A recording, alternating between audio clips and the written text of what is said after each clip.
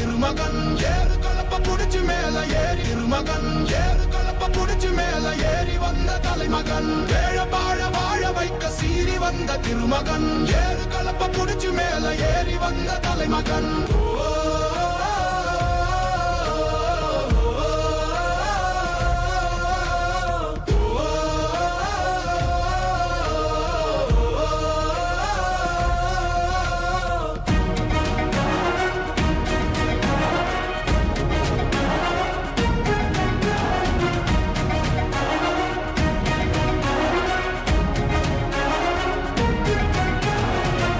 தமிழர் எழுச்சி பயணம் புயலா உருவாச்சே பல வருஷம் கழிச்சு நினைச்ச கனவு நிஜமா நடந்தாச்சே புரட்சி தமிழர் எழுச்சி பயணம் புயலா உருவாச்சே நம்ம சேரும் போது வெற்றி வந்து விழுந்தாச்சே மக்களை காப்போம் தமிழகத்தை மீட்போம் மக்களை காப்போம் தமிழகத்தை மீட்போம் மக்களை காப்போம் தமிழகத்தை மீட்போம் மக்களை காப்போம் தமிழகத்தை மீட்போம்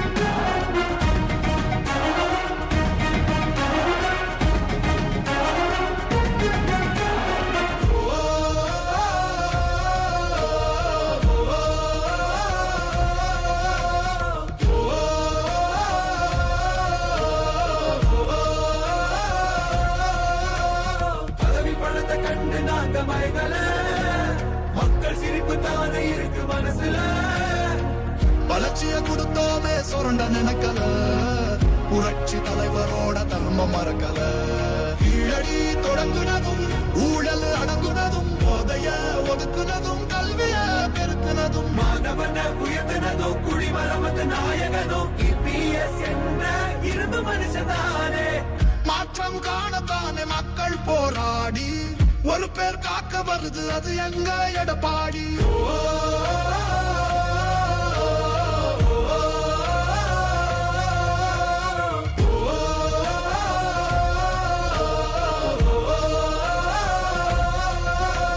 புரட்சி தமிழர் எழுச்சி பயணம் புயலா உருவாச்சே பல வருஷம் கழிச்சு நினைச்ச கனவு நிஜமா நடந்தாச்சே புரட்சி தமிழர் எழுச்சி பயணம் புயலா உருவாச்சே நம்ம சேரும் போது வெற்றி வந்து விழுந்தாச்சே மக்களை காப்போம் தமிழகத்தை மீட்போம் மக்களை காப்போம் தமிழகத்தை மீட்போம் மக்களை காப்போம் தமிழகத்தை மீட்போம் மக்களை காப்போம் தமிழகத்தை மீட்போம்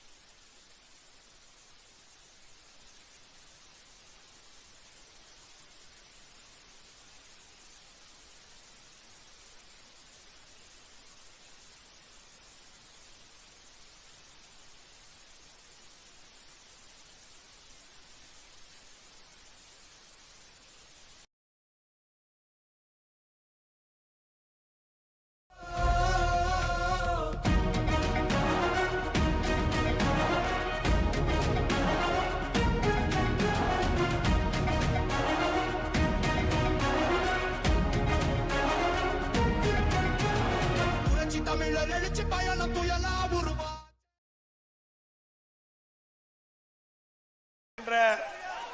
இந்த தொகுதியுடைய சட்டப்பேரவை உறுப்பினர் மாவட்ட கழக செயலாளர் அறிவு சகோதரர் திரு அருள்மொழி தேவன் அவர்களே, நிகழ்ச்சியிலே கலந்து கொண்டிருக்கின்ற ஆர் கமலகன் அவர்களே, சி கிருபாகரன் அவர்களே, திரு கே முருகமணி அவர்களே, திரு கே பி டி இளஞ்செழியன் அவர்களே, திரு வி அருளழகன் அவர்களே, செஞ்சலட்சுமி இளங்கோவன் அவர்களே, வளர்மதி ராஜசேகரன் அவர்களே, திரு எஸ் ஆர் மணிகண்டன் அவர்களே, இந்த புவனகிரி தொகுதிக்குட்பட்ட ஒன்றிய பேரூராட்சி கழக செயலாளர்கள் திரு சி என் சிவபிரகாசம் அவர்களே, திரு மருதை முனுசாமி அவர்களே, திரு ஏஜி சீனிவாசன் அவர்களே, திரு விஆர்ஜே விநாயகமூர்த்தி அவர்களே, திரு எஸ்பி கருப்பன் அவர்களே, திரு PC நவநீத கிருஷ்ணர்களே, திரு சின்ன ரகுராமன் அவர்களே, திரு எஸ் செல்வகுமார் அவர்களே, திரு கே மனோகரன் அவர்களே, திரு சி மணிகண்டர்களே, திரு கே பாலசுந்தரம் அவர்களே மற்றும் சார்பு பொறுப்பாளர்கள் திரு எம் உமா மகேஸ்வரன் அவர்களே, திரு வி ராஜ்மோகன் அவர்களே, திரு ஆர் ஜெயபிரியா அவர்களே, எம் முகமது நாசர் அவர்களே, கனக சிகாமணி அவர்களே, திரு ஆர் சவுந்தர் அவர்களே, வழக்கறிஞர் திரு விஜயகுமார் அவர்களே, பாரதிய ஜனதா கட்சியுடைய மாவட்ட தலைவர் முன்னாள் MLA திரு எம் தமிழழகன் அவர்களே, IJK மாவட்ட அவைத்தலைவர் ஹரிதாஸ் பாபு அவர்களே மற்றும் நம்ம கூட்டணியில் அங்கம் வைக்கின்ற தமிழ் மாநில காங்கிரஸ் கட்சியை சேர்ந்த பாரத கட்சியை சேர்ந்த நிர்வாகிகளே, அனைத்து இந்திய அண்ணா திராவிட முன்னேற்ற கழகத்தில் பல்வேறு பொறுப்புகளை வைக்கின்ற நிர்வாகிகளே, கழக உடற்பொறுப்புகளே,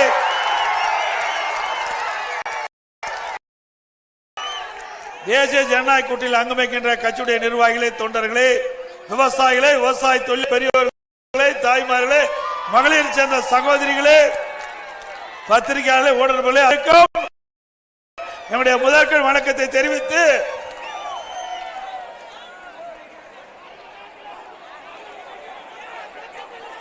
இந்த பகுதி விவசாய பூமி நிறைந்த பகுதி. இந்த விவசாயத்தை நம்பித்தான் மக்கள் வாழ்ந்து கொண்டிருக்கிறார்கள். விவசாய தொழிலாளி இந்த பூமியை நம்பித்தான் வாழ்ந்து கொண்டிருக்கின்றார்கள். ஆகவே இந்த பூமி நம்மை வாழ வைக்கின்றது. நான் ஒரு விவசாயி.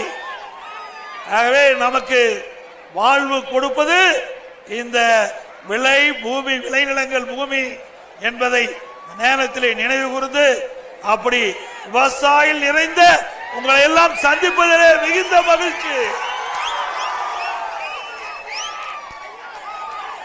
இங்கே வந்திருக்கின்ற அத்தனை பேரும் உழைப்பாளி ரத்தத்தை வேர்வையா சிந்து உழைக்கின்ற உழைப்பு நிறைந்த கூட்டம் இங்கே குழுமி இருக்கின்றது. இந்த உழைப்பாளி உழைக்கின்ற உழைப்பு, இந்த நாட்டுக்கு உணவளிக்கின்ற உழைப்பாளி இங்கே மிக திரளாக குழுமி இருக்கின்றீர்கள். எனக்கு மன நிறைவு பட்டிருக்கின்றது. ஏனென்று சொன்னால், விவசாயி என்றால் அடுத்தவருக்கு உணவு அளிக்கக்கூடிய உன்னதமான தொழில் செய்கின்ற தொழில் விவசாயம். அப்படிப்பட்ட விவசாயத்தை நம்பி வாழ்கின்ற விவசாய பெருங்குடி மக்களுக்கு அண்ணா திமுக ஆட்சியில உங்களை வாழ வைத்திருக்கின்றது. இந்த சேத்தியாத்தோப்பு பகுதியில் சுட்டு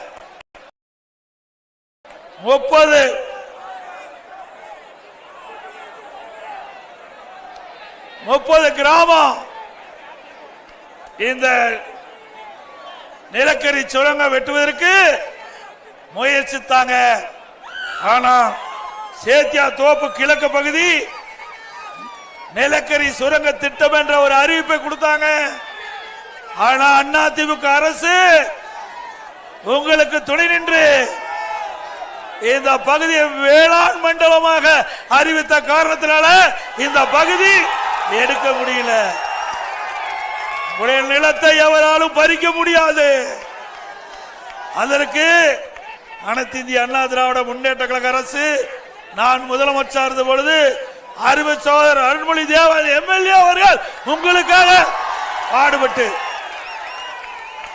பொன் விளைகின்ற பூமி விவசாயத்திலிருந்து இந்த நிலக்கரி சுரங்கம் திட்டத்தை நடைமுறைப்படுத்துவதற்கு பறிக்க பார்க்கின்றார்கள்.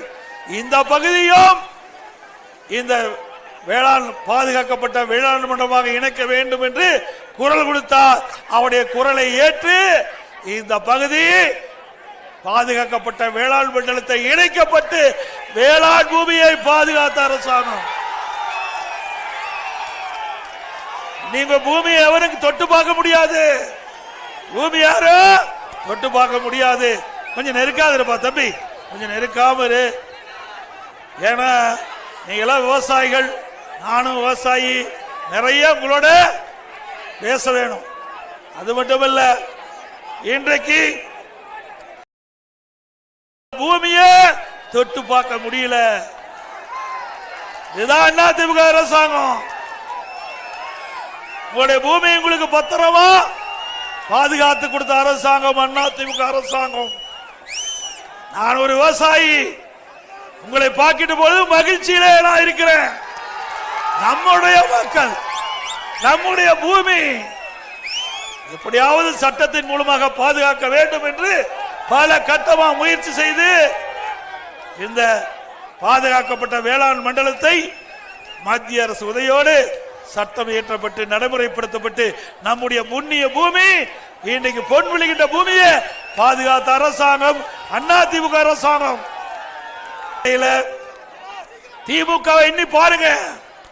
இன்றைக்கு முதலமைச்சருக்கு ஸ்டாலின் துணை முதலமைச்சர் இருந்தார், தொழில்துறை அமைச்சராக இருந்தார். அந்த காலகட்டத்தில் மீத்தேன் ஹைட்ரோ கார்பனுக்கு புரிந்துணர்வு ஒப்பந்தம் போடுவதற்கு கையெழுத்திட்டவர், விவசாயியுடைய பூமியை பறிக்குவதற்காக முயற்சி செய்தவர். திமுக இந்த ஹைட்ரோ கார்பன் மீத்தேன் எடுப்பதற்கு விவசாயியுடைய நிலத்தை பறிக்க பார்த்தார்கள். அதே நேரத்தில் அனைத்து இந்திய அண்ணா திராவிட முன்னேற்ற கழகம் நிலக்கரி சுரங்கம் வெட்டுகின்ற திட்டத்தை தடுத்து நிறுத்தியது.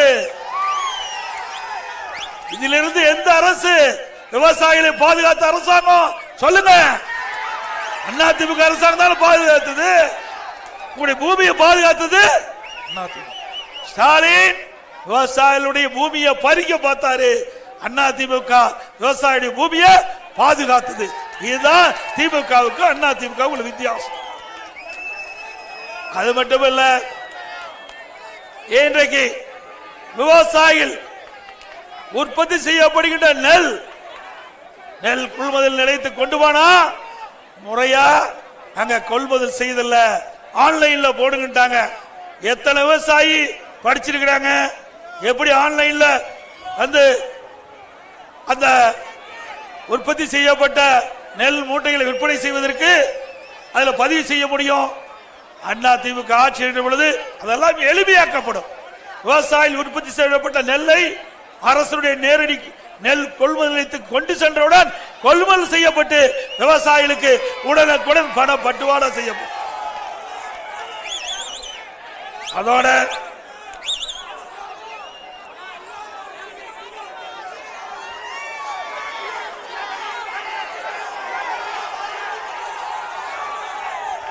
இன்னைக்கு இந்த மாவட்டத்தில் இருந்த அமைச்சர், வேளாண் துறை அமைச்சர், இந்த வேளாண் துறை அமைச்சர் அப்பா பேர்ல தான் இங்க சர்க்கரை ஆலை இருக்குது. எம்ஆர்கே கூட்டுறவு சர்க்கரை ஆலைன்னு பெயர் சூட்டிச்சிருக்கிறார். அதிமுக ஆரம்பிச்சது, பெயர் மட்டும் அவர் வச்சுக்கிட்டாங்க. தொடங்கப்பட்டது அதிமுக ஆட்சியில, பெயர் வச்சது திமுகவில். சரி, பேர் வச்சீங்கள, இந்த ஆலைக்கு தேவையான கரும்பை உற்பத்தி பண்ணி கொடுக்கணும்ல, கிடையாது. அதிமுக ஆட்சி இருக்கின்ற வரை வருடத்திற்கு 3 லட்சம் மெட்ரிக் டன் மேலாக கரும்பை அரவு செய்யப்பட்டது. கொரோனா காலத்தில் கூட சுமார் ஆண்டுக்கு 2,20,000 டன் கரும்பு அரவு செய்யப்பட்டது. போன வருஷம் வெறும் 55,000 டன் கரும்பு தான் அரவை செய்யப்பட்டது. அப்படின்னா இந்த திமுக ஆட்சியில வேளாண் துறை அமைச்சர் இருக்கின்ற இந்த மாவட்டத்தில் எப்படி சர்க்கரை ஆலை செயல்படுது என்பதை எண்ணி பாருங்க. ஏன்னா விவசாயிகளுக்கு உடனுக்குடன் கரும்பு வெட்ட வேணும், விவசாய உற்பத்தியை பெருக்க வேண்டும். நமக்கு தொழில் இந்த பகுதியை பொறுத்த வரைக்கும் நெல்லு கரும்பு தான் அதிகமா பயிரிடுறாங்க. அப்படி அதிகமா பயிரிடுற அந்த பயிருக்கு நெல்லுக்கு நல்ல விலை கிடைக்கணும், கரும்புக்கு நல்ல விலை கிடைக்கணும். திமுக ஆட்சியில தேர்தல் நேரத்தில் தேர்தல் அறிக்கையில வெளியிட்டாங்க, திமுக ஆட்சிக்கு வந்தா ஒரு குவிண்டால் நெல்லுக்கு 2,500 ரூபாய் கொடுப்போம்னு சொன்னாங்க. கொடுத்தாங்களா? நெல்லுக்கு 2,500 ரூபாய் குவிண்டாலுக்கு. கரும்புக்கு ஒரு மெட்ரிக் டன் கரும்புக்கு ஆதார விலையாக 4000 ரூபாய் கொடுப்பாங்க. கொடுத்தாங்களா 4000 ரூபாய் ஒரு டன் கரும்புக்கு? எதுவுமே இல்ல. அப்படியே மக்களை ஏமாற்றுகிறாங்க.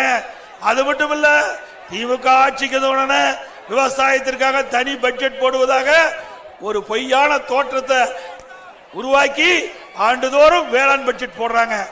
அது என்ன பட்ஜெட்? 20 டிபார்ட்மெண்ட் 20 துறையை ஒன்னா இணைச்சு அதுல இருக்கின்ற நிதிகள் எல்லாம் இந்த வேளாண் பட்ஜெட்ல கொண்டாந்து வேளாண் பட்ஜெட்ல அதிக நிதி ஒதுக்கிட்டுதான் ஒரு பொய்யான தோற்றத்தை உருவாக்கி 2 மணி நேரம் இங்க இருக்கிற வேளாண் துறை அமைச்சர் பட்ஜெட் சட்டமன்றத்தில் பேசுறார். ஒண்ணும் கிடையாது. வேளாண் மானிய கோரிக்கையில் அண்ணா திமுக ஆட்சியில என்னென்ன அறிவிச்சோமோ அதுதான் வேளாண் பட்ஜெட்ல பார்க்க முடியும். ஆக இப்படி மக்களை ஏமாற்றிக்கிட்ட அரசு தேவையா? விவசாயிகளை ஏமாற்றிக்கிட்ட அரசு தேவையா? இப்படி மக்களை ஏமாற்றி விவசாயிகளை ஏமாற்றி விவசாய தொழிலாளிகளை ஏமாற்றி விவசாயி வயிற்றிலே அடிக்கின்ற அரசுக்கு 2026 சட்டமன்ற தேர்தலில் மரண அடி தருவீங்களா?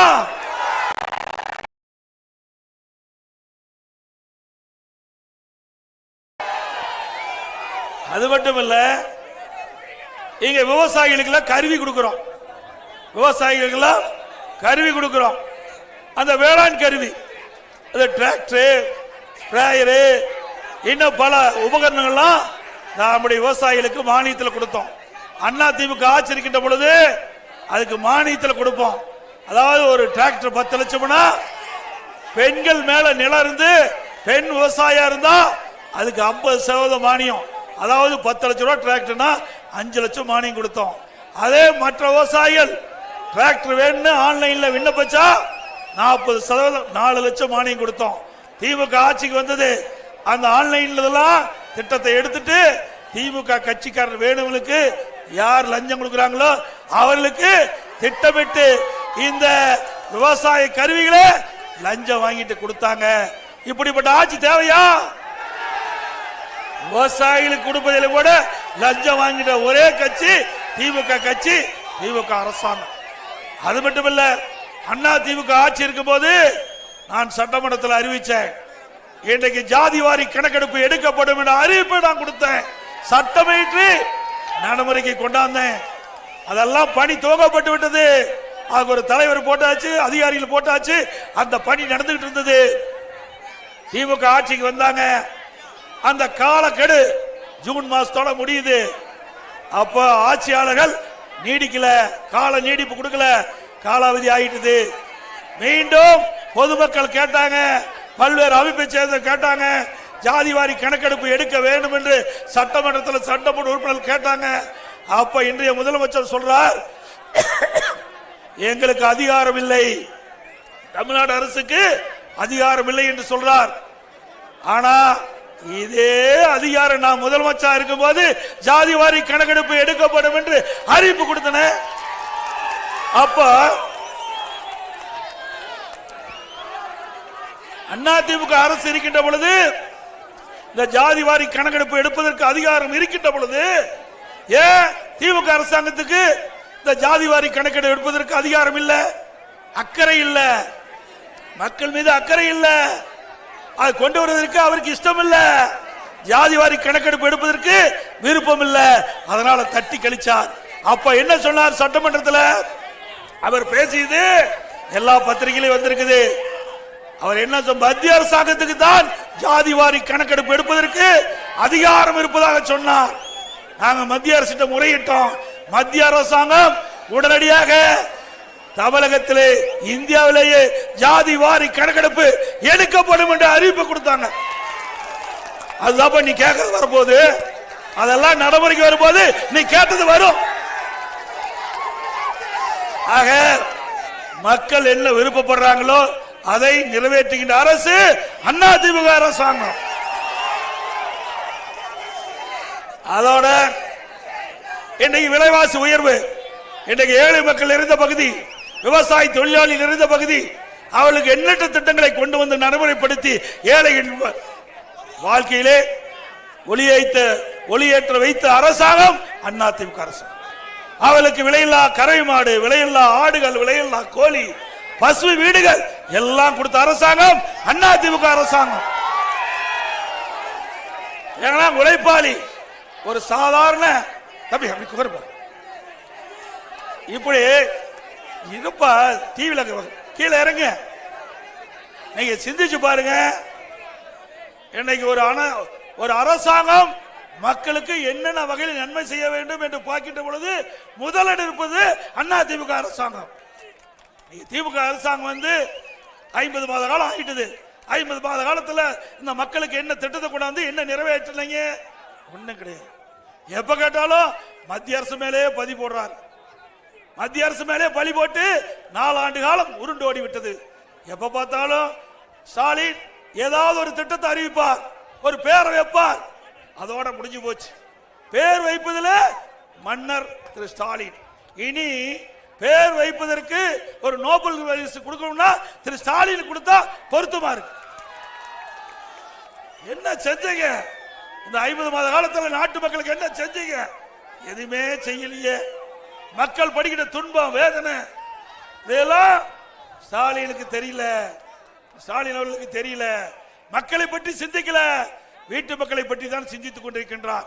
அவர் செய்த ஒரே சாதனை, அவர் ஆட்சிக்கு தமிழகத்தில் செய்த ஒரே சாதனை அவருடைய மகனை துணை முதலமைச்சர் தான்.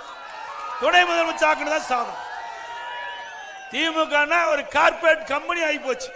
அது கட்சி அல்ல, என்ன கார்பரேட் கம்பெனி. அந்த கம்பெனியில வரவு செலவு தான் பார்ப்பாங்க.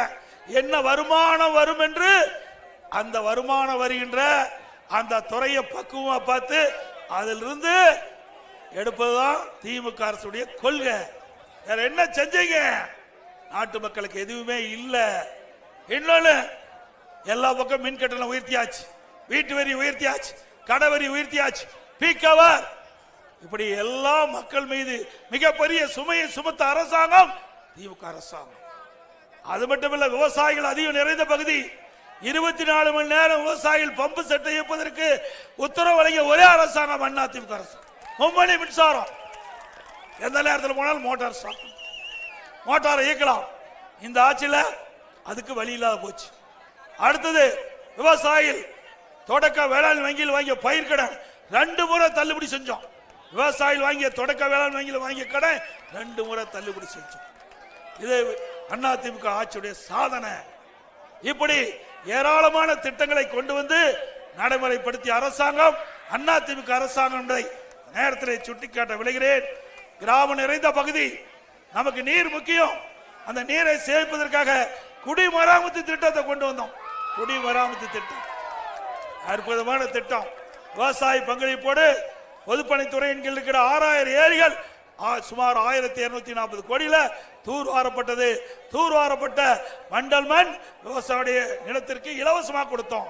ஒன்னு ஏரி ஆழமாச்சு, மற்றொன்று விவசாய நிலத்திற்கு இயற்கை உரமா மண்டல் மண் பயன்படுத்தது. இதனால அதிகமான விளைச்சலை விவசாயிகள் பெற்றாங்க. இப்படி அற்புதமான திட்டத்தை கொண்டாந்தோம். அதையும் இந்த ஆட்சியில் முடக்கிட்டாங்க. அதோட தடுப்பணை, இந்த தொகுதியில் தான் அதிக தடுப்பணை கட்டி கொடுத்துருக்கோம். இந்த புவனகிரி சட்டமன்ற தொகுதியில அதிகமான தடுப்பணை. நான் என்னென்ன தடுப்பணை கட்டணும்னா பின்னாட சொல்றேன், எண்ணி பாருங்க. அனைத்து இந்திய அண்ணா திராவிட முன்னேற்ற கழக ஆட்சி உங்க ஆட்சி, மக்கள் ஆட்சி. பொன்மனச்சம்பல் புரட்சி தலைவர் எம்ஜிஆர் வாரிசு இல்ல, குழந்தை இல்ல அவருக்கு. மாண்புமிகு புரட்சி தலைவர் அம்மா வாரிசு இல்ல, அவருக்கு குழந்தைகள் இல்ல. இருவரும் தலைவர்களுக்கு நாம் தாம் குழந்தைகளாக பார்த்தார். நம்முடைய குழந்தைகள் எப்படி வாழ வேண்டும், எப்படி கல்வி கற்க வேண்டும், அதையெல்லாம் செய்து காட்டிய தலைவர்கள் நம்முடைய தலைவர்கள். அந்த வழியில்தான் இன்றைக்கு அதிமுக ஆட்சி சிறப்பான ஆட்சியா செயல்பட்டது. பள்ளியில படிக்கின்ற குழந்தைக்கு காலனி, சீருடை, விலையில்லா புத்தகம், நோட்டு, கொண்டு போறதுக்கு பைய, பள்ளிக்கு போறதுக்கு சைக்கிள் எந்த ஆட்சியில கொடுத்தாங்க? மாணவ செல்வங்களை எண்ணி பார்க்க வேண்டும், பெற்றோர்கள் எண்ணி பார்க்க வேண்டும். அது மட்டும் அதிகமான கல்லூரி, எந்த ஆட்சியில் அதிகமான கல்லூரி கொடுத்தோம்? அதிமுக ஆட்சியில் தான் கொடுத்தோம். ஒரே ஆண்டில் 11 அரசு மருத்துவக் கல்லூரி மருத்துவமனையோட கொடுத்தோம்.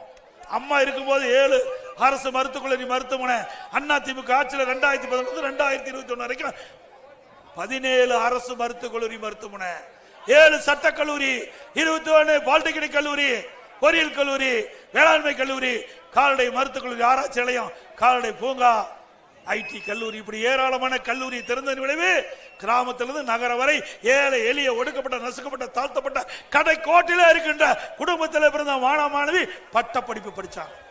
எந்த ஆட்சியில் செஞ்சாங்க?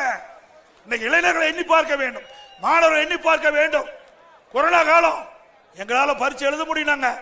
ஆல் பாஸ் போட்டாங்க, ஆல் பாஸ் கொடுத்தோம். இந்த மாணவர்கள் அந்த தேர்வில் தோல்வி விட்டுட்டா மனம் உடைஞ்சு போயிடுவாங்க. அந்த மனம் உடைந்து போய்விடும். அப்படி இளம் பருவத்தில் அவருடைய எண்ணத்துக்கு ஏற்றவாறு ஆட்சி செய்த அரசாங்கம் அதிமுக அரசாங்கம். இதை விட இன்னும் என்ன வேணும்? இளைஞர்கள் மாணவர்களை எண்ணி பார்க்க வேண்டும். உங்களுடைய வாழ்வு ஏற்றம் வர அதிமுக ஆட்சி படிக்கட்டா இருந்தது. இளைஞர்கள் மாணவர்கள் ஏற்றம் பெறுவதற்கு எண்ணற்ற திட்டம். நான் சொன்னது அத்தனையுமே இந்த மாணவர்களுக்காக கொண்டு வந்த திட்டம். அது அரசு பள்ளியில் படித்த மாணவர்கள் 7.5% உள் இடஒதுக்கீடை கொண்டு வந்து சட்டம் இயற்றப்பட்டு நடைமுறைப்படுத்தின. எனக்கு அரசு பள்ளியில் படிக்கின்ற ஏழை மாணவர்கள் 2818 பேர் மருத்துவக் கல்வி படிச்சிட்டு இருக்கிறாங்க. மருத்துவக் கல்வி படிச்சிட்டு இருக்கிறாங்க. கூலி தொழிலாளி, சலவை தொழிலாளி, நெசவு தொழிலாளி, அவருடைய குழந்தைகள் எல்லாம் ₹1 கட்டணம் இல்லாம மருத்துவக் கல்வி படிக்கிறாங்க. 2818 பேர் முதல் செட்டு இன்னைக்கு வெளியே வந்துட்டாங்க. யாரெல்லாம் முதலாக இந்த 7.5% உள் இடஒதுக்கீட்டில் இடம் கிடைச்சு மருத்துவ கல்வியில பயின்றாங்களோ அவரெல்லாம் வெளியில எம்பிபிஎஸ் வந்துட்டாங்க. இதுதான் ஆட்சி. இதான் ஏழை மக்களுக்காக கொண்டு வந்த திட்டத்தின் மூலமாக ஏழை மக்கள் பயன்பெற்றார்கள். இப்படி ஒரு திட்டமாவது திமுக ஆட்சியில் பார்க்க முடிஞ்சதா? எதுவுமே இல்லையே. நாட்டு மக்களையே கண்டுகொள்ளவில்லையே. எப்பொழுது பார்த்தாலும் வீட்டு மக்களையே சிந்தனை. எல்லா துறையும் ஊழல், ஊழல் துறை இல்லாத துறையே இல்லை. இன்றைக்கு திமுக ஆட்சியில் commission collection corruption, commission collection corruption, இதுதான் நடக்குது, வேற ஒண்ணு கிடையாது. ஆகவே 2026 சட்டமன்ற தேர்தலிலே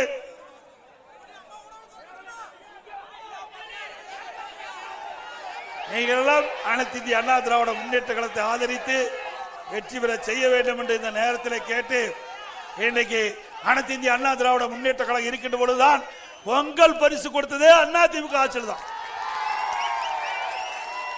கிராமத்தில் இருக்கின்ற இல்லங்கள் இருக்கின்ற அத்தனை தாய்மார்களும் குடும்பத்தோடு அந்த தைப்பொங்கல் என்று தங்கள் வீட்டில் பொங்கல் பொங்க வேண்டும் என்பதற்காக எல்லா குடும்ப அட்டைக்கும் 2500 ரூபாய் கொடுத்த ஒரே அரசாங்கம் அதிமுக. திமுகவிலையும் பொங்கல் பரிசு கொடுத்தாங்க, ஒழுகிற வெள்ளத்தை கொடுத்தாங்க, ஒழுகிற வெள்ளத்தை கொடுத்தாங்க. இப்ப அதையும் நிறுத்திக்கிட்டாங்க. அது மட்டுமல்ல, செங்கரும்பு விளைவிக்கின்ற அந்த விவசாயிகளுக்கு அவர் வாழ்வாதாரத்தை கொடுத்ததும் அதிமுக அரசாங்கம். இந்த பொங்கல் தொகுப்போடு செங்கரும்பு கொடுத்தோம். ஆகவே விவசாயிகளை வாழ வைத்த அரசாங்கம் அதிமுக அரசாங்கம், ஒட்டுமொத்த மக்களையும் வாழ வைத்த அரசாங்கம் அதிமுக அரசாங்கம், அதிமுக கட்சி என்பதை நேரத்தில் சுட்டிக்காட்டி,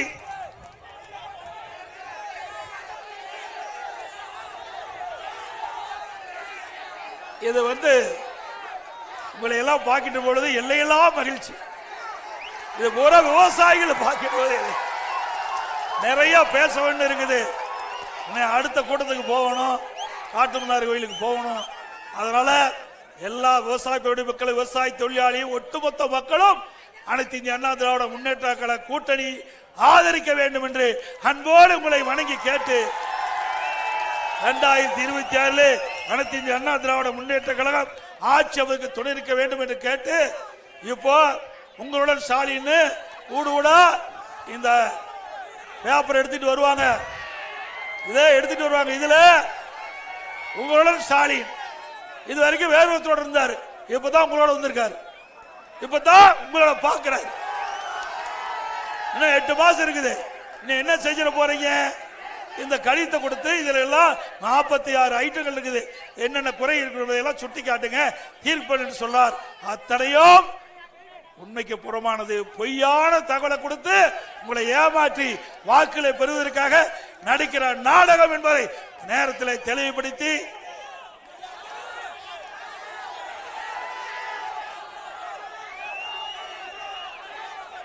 புவனகிரி சட்டமன்ற தொகுதியில நிறைய திட்டங்களை நிறைவேற்றப்பட்ட ஒரே தொகுதி புவனகிரி சட்டமன்ற தொகுதி. நம்முடைய சகோதரர் அருள்மொழி தேவன் வந்து உங்களுக்காக எப்பொழுதுமே சட்டமன்றத்தில் குரல் கொடுப்பார், விடவே மாட்டார். அந்த திட்டத்தை அறிவிக்கின்ற வரை விடவே மாட்டார். அப்படி ஒவ்வொரு முறையும் உங்களுக்காக போராடி வாதாடி நிறைய திட்டங்களை பெற்று இந்த மக்களுக்கு நன்மை செய்த அருமையான நண்பர் அருள்மொழி தேவன். புவனகிரி தலையிடமாக கொண்டு புதிய தாலுகா துவங்கப்பட்டது. புவனகிரி கீரப்பாளையம் இடையே வெள்ளாற்றின் குறுக்கே உயர்மட்ட பாலம் கட்டப்பட்டது. கம்மாபுரம் தேவங்குடி இடையே மணிமுத்தாற்றின் குறுக்கே உயர்மட்ட பாலம். புவனகிரி தொகுதி ஸ்ரீமுஷ்ணம் ஒன்றியம் காவனூர் கள்ளிப்பாடி இடையே வெள்ளாற்றின் குறுக்கே தடுப்பண 17 கோடியில் கட்டி கொடுத்திருக்கிறோம். புவனகிரி ஸ்ரீமுஷ்ணம் ஒன்றியம் பவளக்குடி புத்தூர் இடையே வெள்ளாற்றின் குறுக்கே தடுப்பண அங்க 17 கோடி. கம்மாபுரம் கீழப்பாளையூர் இடையே மணிமுத்தாற்றின் குறுக்கே தடுப்பணை 18 கோடியில. எம்ஆர்கே கூட்டுறவு சர்க்கரை ஆலை முன்புற சுற்றுச்சுவர் 50 லட்சத்தில் கட்டி கொடுத்திருக்கிறோம். புவனகிரி தொகுதி கம்மாபுரம் ஒன்றியம் பெருந்துறையில மணிமுத்தாற்றின் குறுக்கே தடுப்பணை 15 கோடியில கட்டி கொடுத்திருக்கிறோம். கம்மாபுரம் ஒன்றியம் காப்புதிரில மணிமுத்தாற்றின் காங்கிரீட் வெள்ள தடுப்பு சுவர் 4 கோடியில் கட்டி கொடுத்திருக்கிறோம். சேத்தியாத்தோப்பு ஒழுங்குமுறை விற்பனை கூடும் கட்டிடம் 3.5 கோடியில் கட்டி கொடுத்திருக்கிறோம். புவனகிரி அரசு பொது மருத்துவமனை அமைக்கப்பட்டது. கெங்கை கொண்டான் பேரூராட்சியில கால்நடை மருத்துவமனை அமைக்கப்பட்டது. கெங்கை கொண்டான் பேரூராட்சியில புதிய 30 படுக்கை கொண்ட வசதி கொண்ட ஆரம்ப சுகாதார நிலையம் புதிதாக துவங்கப்பட்டது. கம்மாபுரம் கிருஷ்ணாபுரம் ஓரத்தூர் ஆகிய 3 இடத்துல பிஹெச்களுக்கு 30 படுக்கை வசதி கூடிய கட்டணம் கட்டப்பட்டது. கீரைப்பாளையம் ஊராட்சியில அலுவலகம் கட்டப்பட்டது. சேத்தியாத்தோப்பை தலையிடமாக கொண்டு கடலூர் மாவட்ட பால் உற்பத்தியாளர் கூட்டுறவு சங்கம் ஆவின் புதிதாக துவங்கப்பட்டது. புவனகிரி சேத்தியாத்தோப்பு விருதாச்சலம் சாலை தேசிய நெடுஞ்சாலை தரம் உயர்த்தப்பட்டு சிறப்பான சாலை அமைக்கப்பட்டது. தேவங்குடி கருவேப்பிலை குறிச்சி சாலை இருவழிச்சாலையாக தரம் உயர்த்தப்பட்டது. சக்தி விலாகம் கிராமத்தில் வெள்ளாறு நீர் உட்புகுவதை தடுக்க காங்கிரீட் தடுப்பு சுவர் அமைக்கப்பட்டது. இதே போல நிறைய கோரிக்கை செய்ய வேண்டும் கொடுத்திருக்கிறீங்க. காவனூர் கள்ளிப்பட்டி இடையே உயர்மட்ட பாலம் வேணும் கேட்டுக்கிறீங்க. அதிமுக ஆட்சி வந்த பிறகு செயல்படுத்தப்படும். புவனகிரி பொது மருத்துவமனைக்கு 60 படுக்கை கொண்ட கட்டிடம். புவனகிரி ஒன்றிய அலுவலக கட்டிடம். ஸ்ரீமுஷ்ணம் ஒன்றியம் மேலப்பாளையூர்ல காட்டு உடையில் உயர்மட்ட பாலம். கம்மாபுரம் ஒன்றிய வி குமரமங்கலத்தில் புதிய மின் நிலையம். இப்படி நிறைய திட்டங்கள் வேண்டும் என்று கேட்டுக்கிறீங்க. எல்லாமே நிறைவேற்றப்படும் என்று செய்தி இந்த நேரத்தில் தெரிவித்து